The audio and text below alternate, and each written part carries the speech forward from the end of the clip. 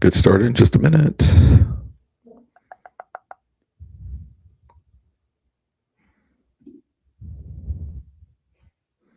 we go.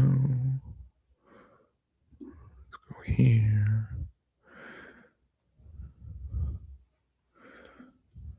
Ba-ba-ba.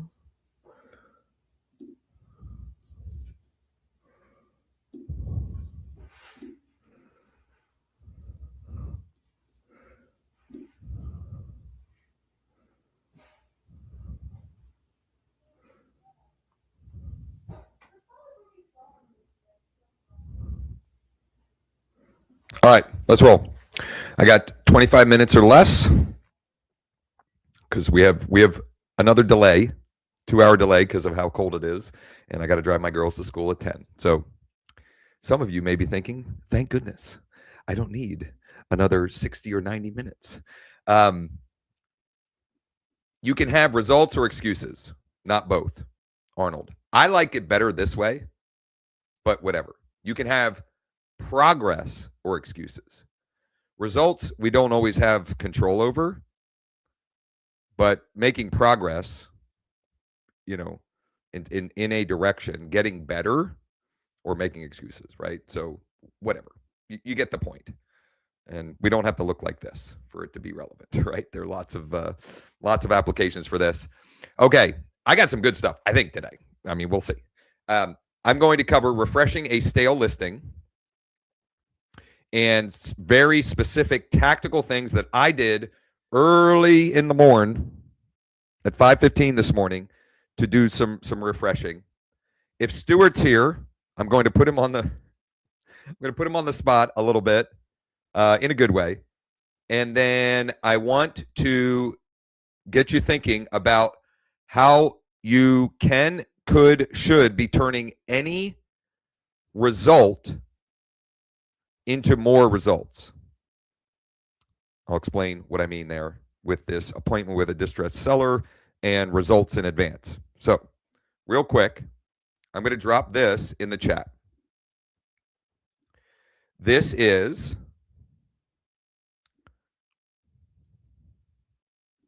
drop that there. Jimmy Burgess. I don't know where he's at now. I forget what brokerage he's with now. He was at Real, but now he's not, or I don't know. It doesn't really matter. He puts out some really good YouTube content. I would say it's good stuff, good stuff. And I saw one earlier this week about refreshing stale listings. I have also included in here a document and a training, etc., that I don't remember when I did this. I don't remember. It must have been the summertime because it was around a challenge that we had done back then. And there's some good stuff in here without question.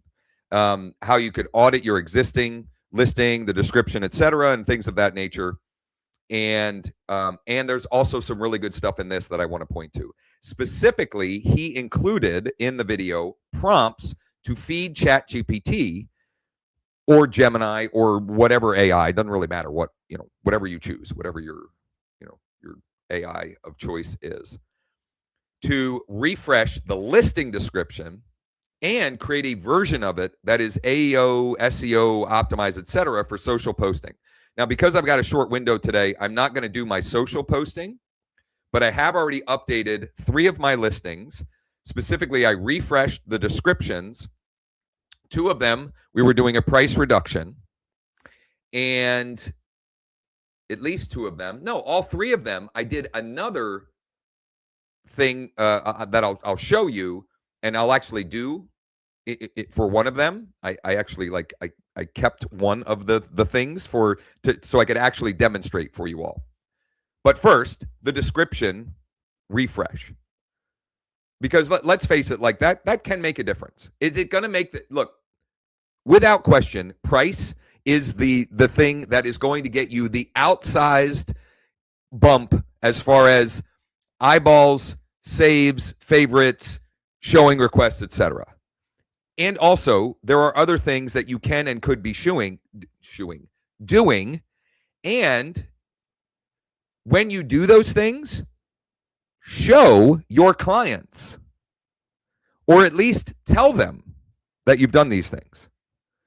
Because Otherwise, they assume you're just, you're just sitting fat and happy drinking your lattes, waiting for, the sign and the MLS to do the work, right? So even little work that you do, communicate to them. Because one, more communication is better, period. And number two, they might not know. And when you demonstrate what you're doing, they're more likely to extend a listing agreement if you get to the end, to listen to you when you make recommendations about a price reduction, et cetera, et cetera. Okay, I think I've beaten a dead horse there. So you can use that. I did that on 3 of my listings. And another thing that I did with all of them this morning, little thing, but it can make a big difference, is I rearranged the images, particularly the first 5. Because on most portals, they show preview like 5 or 7 of them. I think Homes.com maybe does 7. Maybe they both do 5. Homes and Zillow do 5. But you get like a little collage, right? And a huge mistake that I see lots of listing agents make is they put like 5 almost identical outside photos. So you got the house straight on, you got a house at this angle, you got a house a little bit closer, and you got the overhead view and like, I don't know, a different angle of the front. That does not tell a story at all. Nothing. I can't do anything with that.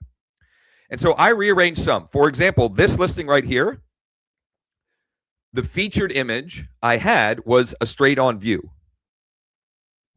Just trying something different. I don't know if it'll make a difference, but look, I do know that all of these portals have an algorithm that they follow. And if yours are getting, if people are stopping and clicking on your listing, it's going to show it more. And the more it shows, the more saves and favorites you get, the more of those people looking at it are reaching out to their agent or to you, the listing agent, because they're curious and want more information. Now, one that I saved, and this is just a little thing, but again, I wanted to have something to demonstrate here, is I already rearranged some of the images on this listing. But one thing I'm going to do, this is a fake night twilight image. Okay. It's fake in that, that's a filter or whatever. I use a professional photography company and it looks real, but maybe this isn't the best. So I'm just going to swap it out for the daytime one. And I'm going to swap this down to the bottom and last. In my 5-pack here, I also, for whatever it's worth, I rearranged some of this. So I think I had a bathroom, a master bath photo in one of these first 5. Now I have, what I'm trying to do a little bit here is paint the picture of, okay, this is the front. This is what you see when you walk in the front door, right? And this is what you would see if you come in the back or you walk through and you're at a different angle. I wanted to also communicate or show them that there is, even though you can't tell from the front, there is a garage with the property. So that's why I have the garage here. Now, this image is, that's kind of, the grass is ugly or whatever, but I'm going to take the good with the bad and show them there's a garage, okay? And then I've got the floor plan. And I mentioned this the last time I talked about this, but I'll mention it again. That is hard to see, which means what? If somebody is curious about the floor plan, they'll click on it. And the more they click on yours, the more it's providing, a ping, a signal back to the algorithm. People are clicking on this one. We should show it more. So I'm going to go ahead and publish that one little tweak, and we'll see. I tweaked the description, I rearranged the photos, and we dropped the price on this one. Everybody say a prayer that we get an acceptable offer between now and Monday, because he's antsy. And as much as he's my guy, he's my neighbor. I've known him for years. Man, he is like, he texts me more than any listing client I think I've ever had. I might be forgetting somebody, but he's like constantly like, hey, what are we doing? What's going on? Any feedback with this one? Blah, blah, blah, blah. I'm just like, so I need to get him, I need to get him a good end result here as soon as possible, for several reasons, let's say. Any questions on that before I switch to another topic that was on the list? Okay, Stuart, I'm putting you on the spot. Are you available and open to me interviewing you? Real quick interview. All right. So here um, Stuart participated in our 3-day deal sprint. He's in the Founders Club, etc. And I thought it would be useful. If nothing else, I'm curious. He texted me yesterday or Tuesday. I don't remember. And he mentioned that he had found a deal. So our 3-step blueprint. Find a deal to use as bait.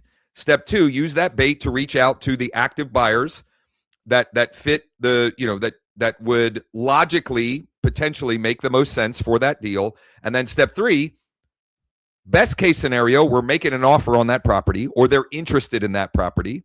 Worst case scenario, they tell us what they want instead. I suppose worst case scenario, which does happen sometimes, they're just not interested, in anything, buying, selling, whatever. It is rare, but it does happen. So you had texted me. You found your deal was a property that had a pretty big price reduction and could be a good rental. Is that right? Yes. Okay. And so how did you just like in 30 seconds or less, what did you do to find that deal as bait? Yeah, so on Monday, when that was the homework assignment, I spent the vast majority of my time in the MLS looking for stuff. Yep. It was going to take so long. So it wasn't until late that night that I was actually getting to some expireds. So I was just emailing them because it was 9 or 10 o'clock at night. Yeah. Emails. Yep. So I just went through there, and I started with 90 days or more on the market, of course, and vacant. That was the only 2 criteria I had, and so I was kind of looking through, and then I saw some with some pretty good price reductions. This particular one actually still on the top of my list on my sheet here. 60. Stuart likes to print things out. He likes to hold. He's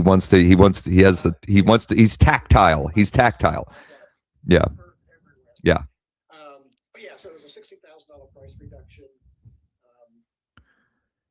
Okay, so we've got bait. So I wanted to share that just to give some, like, it doesn't have to be rocket science. He looked for 90 days on market and vacant, and then he was just eyeballing. He was just looking to find, which is a great way to find it and doesn't take that long. Because if you look at photos, you can usually tell. I've got an incompetent listing agent, because that does happen, and that will affect whether or not a property sells and could be a good deal. Or if you can't filter by vacant, or you don't want to filter by vacant because some listing agents won't notate it as such, you can just eyeball, oh, well, the house is empty, so it's vacant. And then he also looked for a price reduction. So he's got bait, and then you reached out to who? And you don't have to say like specifically like what zip code or whatever, but which buyer bucket did you then reach out to? My zip code. So your zip code, and so you were using LeadDeck. And so it was your zip code, which again we don't have to say, but which of the 4 buyer buckets was it? So he went out to cash buyers, and you were tapping to call, text, and email. Email and text. Okay, and hey, and it works, right? And it worked for you. And one of the responses you got was what? I mean, you can paraphrase or ad lib. Didn't get a ton right away, but yeah, 2 people said they were interested, but one that I sent you that text was yes, and I'm also looking for 10 to 20 unit apartment. Okay, so he found a deal on market. He used that deal as bait, pulled up the cash buyers in LeadDeck, started texting and emailing, wasn't even calling, which whatever. Sometimes we have the time and we can make that work, and sometimes we can't. Or let's face it, sometimes we're tired and we just don't want to talk on the phone. Like that's okay too. People still reply to text and email, especially the buyers. I have found pretty routinely I get 20 to 40% reply rate to email. Reply rate to email. I have no idea what the open rates or whatever. So use what you can, do what you can. I use the thing while I'm waiting in the car for kids on appointments or whatever. what I want to close the loop on with that is he now had someone that said, yes, I'm kind of interested. What did let me actually do that before I pivot to the second part of this. What did you do since then with that and with them? Gosh, I don't remember. We've been so busy through the sprint. So I replied back to him. I know I asked where he was looking, so what areas he bought in, getting specific, because Atlanta's huge. Yeah. You could be in my zip code, but on the other side of town too. Right. So I asked that, but I didn't get a reply. So I need to follow back up on that. Okay, so did you actually send that one the deal? Did you actually send him the info on the one that you had reached out about? Yes. Okay, perfect. So today, this wasn't even part of what I had planned. For today, absolutely circle back with him. Close that loop. Hey, just making sure you got the info on that. And oh, by the way, I'm also going to get to work on finding you some properties like what you described, maybe 10 to 20 units, apartment complex type of properties as well. Cool? So the last part of it, what does that look like? How do I then do that? And I would try to exhaust whether or not they're going to make an offer on the bait that you had. Okay, obviously. But if I want to then take a result, a response, a reply, an engagement, and turn it into more potential opportunities, I'm going to go to the seller target. And for this, because I don't want to, I'm not going to put the specific zip code or anything. What is the county that property and that buyer is in? So this is good. This is going to be a lot. And I normally would recommend we go zip code specific, city specific, but I didn't prep Stuart for this at all. And I didn't want to give away some of what he may be working on. Okay. So I put in Henry County. I'm going to start with the 2 to 4 units. Now that person said 10 to 20, but I just want to demonstrate how quickly and easily we can check some data here and get some information. So in Henry County, there are 8 out-of-state absentee owners with multifamily, 22 tax default. That would be the one that I would go to immediately. If I was working that audience in that county and looking for deals for a buyer, I would immediately go to the tax default. I may regret doing this because this part is still a work in progress, but I'll also check 5+ units because that's really what he said or she said they wanted. And it looks like it's not mapped right in that county. What I'll do, this is great, is I'm going to take this back to Sean and figure out how do we find, what are we not filtering by? In other words, when you get outside of the normal single family residential townhouse and even the small multis, different courthouses and counties report the information and the data and they classify them differently. And so we're still working through on how do we have the data set such that it works in a majority of the counties where we can pull something like this, which is very common when we're reaching out to investor buyers, whether it's cash, the landlord, the existing multifamily buyers, et cetera. So I'll figure that out. But let's assume we just wanted to go with the multifamily and we reach out to the 22 tax default. We take it back to that existing buyer, number one, and then we take that result and we turn it into another result, meaning I have a willing hand raiser. Yes, I would consider selling my 3 unit in whatever, city in Henry County. Well, I just go back and I'm just playing. We keep using this analogy. I'm just playing Go Fish. I go back and this is going to be a lot, but I'm going to pull up the whole county. I'll go back here. I'll check the lead counts and I could go, it's not as many as I thought. I could go and reach out to, I could start small, reach out to the 4 multifamily buyers in that county and say, I got an off-market 3 unit. Are you looking for any deals? Stuart, thanks for being a good sport. Is there anything I missed or anything to add for those that are curious? No. And as you see, the low numbers, that's why I was curious where all he would want to buy. Sure. Yeah, because he may that 10 to 20 units that he wants, he may be open to a bigger, right, exactly, 100%. So I will get with Sean to see what we can do to get you that that 5-unit plus data in that county, or if you identify any others that he may be looking in as well. Thanks for being a good sport. Stuart also hooked us up with a nice rating and review on Google. So LeadDeck AI has its own business profile, Google business profile now, and we have a growing, James as well. Thank you, James. We have a growing number of reviews on there. We're pretty proud of. I'm going to drop the document that I dropped at the beginning one more time, because some of you, depending on when you came in, may have missed it. Terrell asked, Stuart's bait was inactive. Stuart mentioned that later in the day, he started emailing expireds, but the bait he found was an active listing that had a significant price reduction and could make sense as a rental, right? I think that was right, Stuart. It could make sense as a rental property. Rosemarie, can we narrow the search to include only cash buyers that bought more than 4 properties in the past 2 years?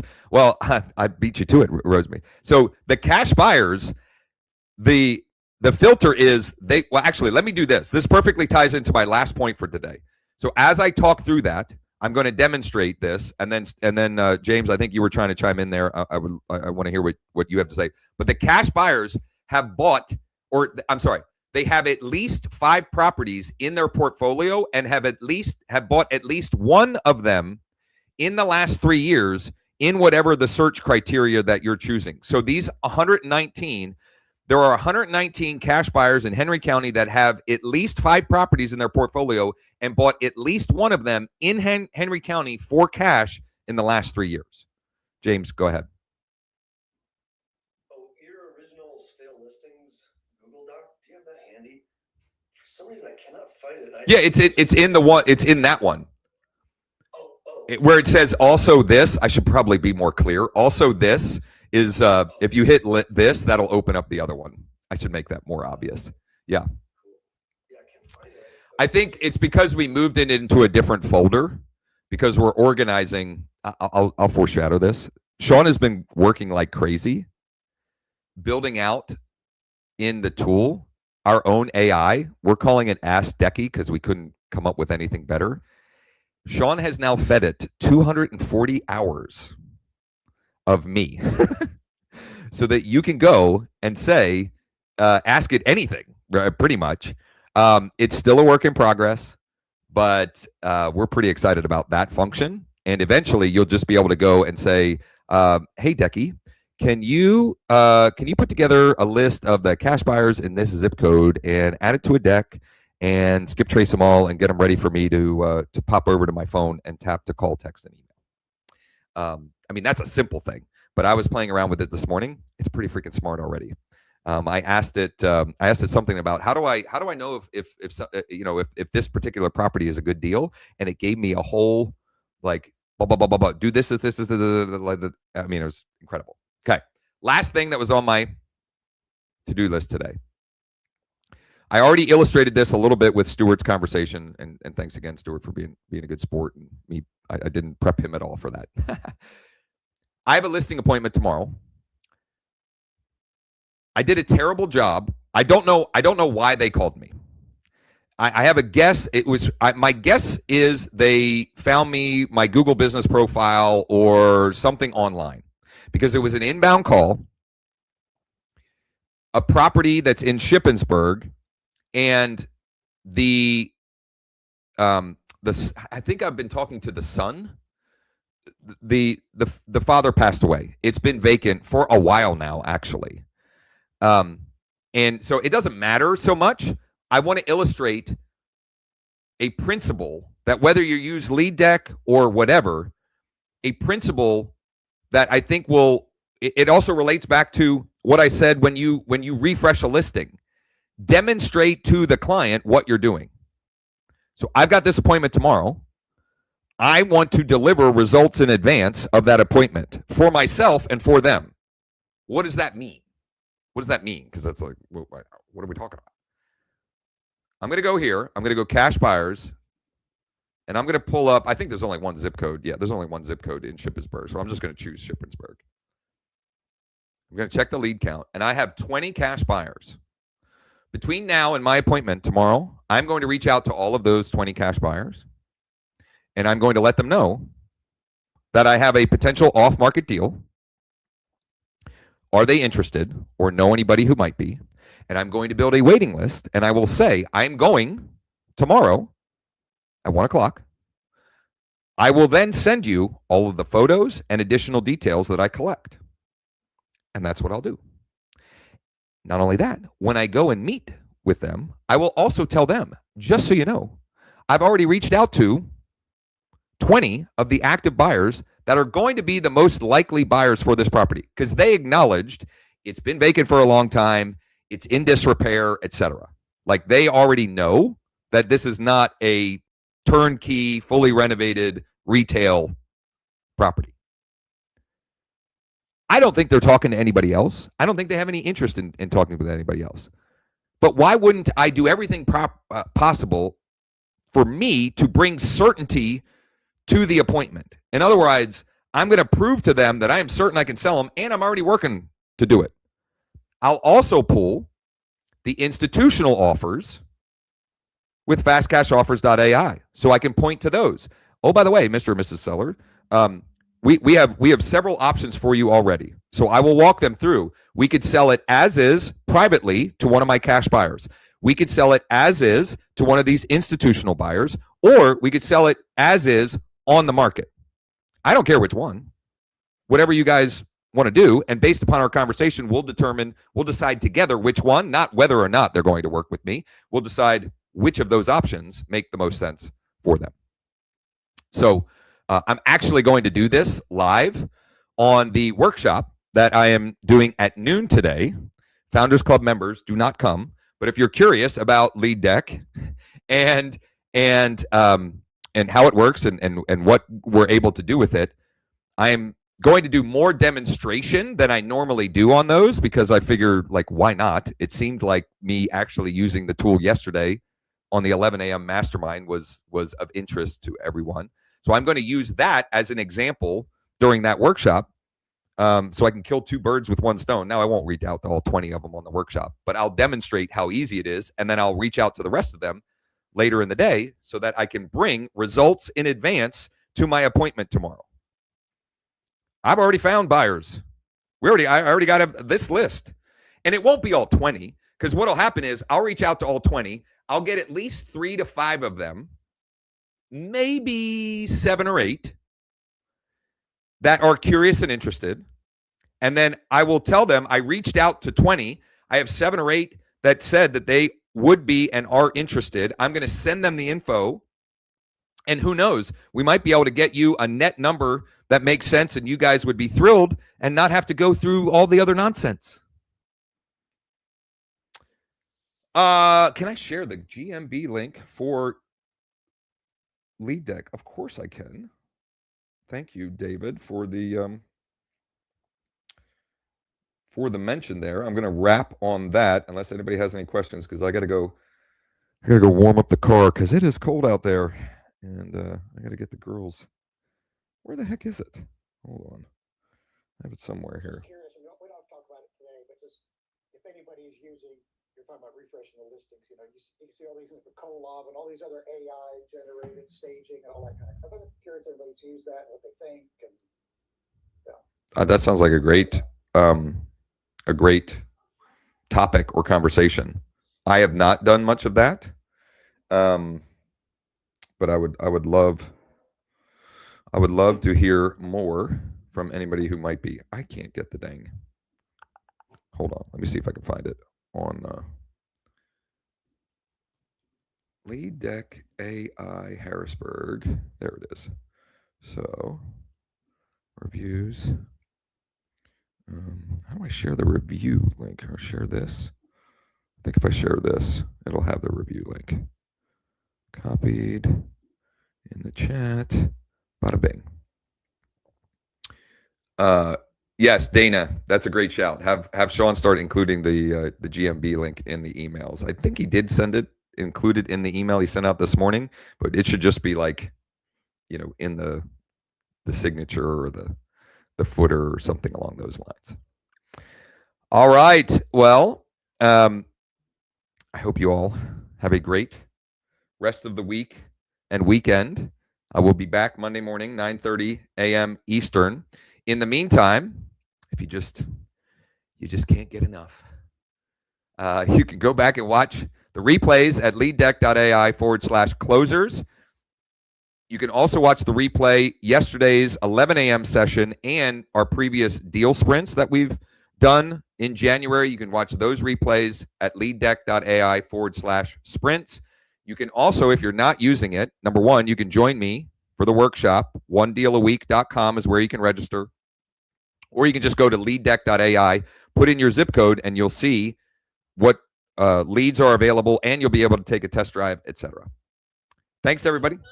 Go ahead, Susan. Club meeting today? What's that? No Founders Club meeting mastermind today? No, today's Thursday.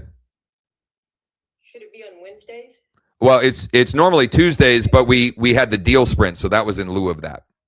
Okay. Yep. All right. I'll delete those. Thank you. Yep. More time for you to actually follow the blueprint. I've got a great story for you at some point. Oh, well, let's go. Well, maybe you and I are hopping on Zoom this afternoon. Yeah. All right, let's do it. Hit me up, and because I after the workshop, my schedule's pretty open today. Okay, perfect. Thanks. Beautiful. Thanks, everybody. Stay warm if you're, like where I'm at.